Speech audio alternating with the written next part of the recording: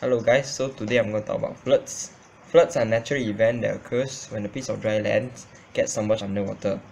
This kind of area are usually low-lying area. Floods happen unexpectedly, so people usually panic when floods arrives. Why does flood happens? Floods happens as a result of heavy raining, which can over the limit of sewerage systems and cause the area to overflow. River overflowing is another example of floods.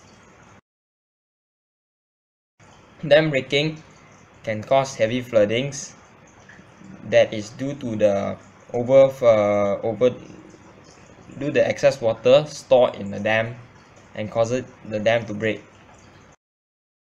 In other colder areas, floods usually happens when snow and ice melts and cause the area to flood. There are three types of floods. The flash flood, which takes about 2 to 6 hours to clear away, and it happens as a result of heavy raining. This floods is the most destructive floods because it can take people by surprise without any warning and causes heavy damage. The second floods is called the rapid onset flood, which happens as a result of dam breaking.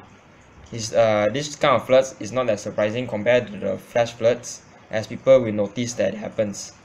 And the third floods, which is slow onset floods, which happens when river overflow. This kind of floods can cause effects such as snake bites to people. There are many areas most likely to be affected by floods, which is rainy season areas and also low-lying areas. Areas near rivers can also cause floods.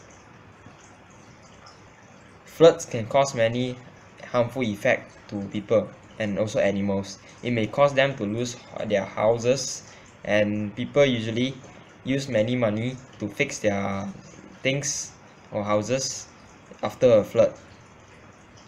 Ways to prevent a flood. People can build a flood prevention wall to block the floods.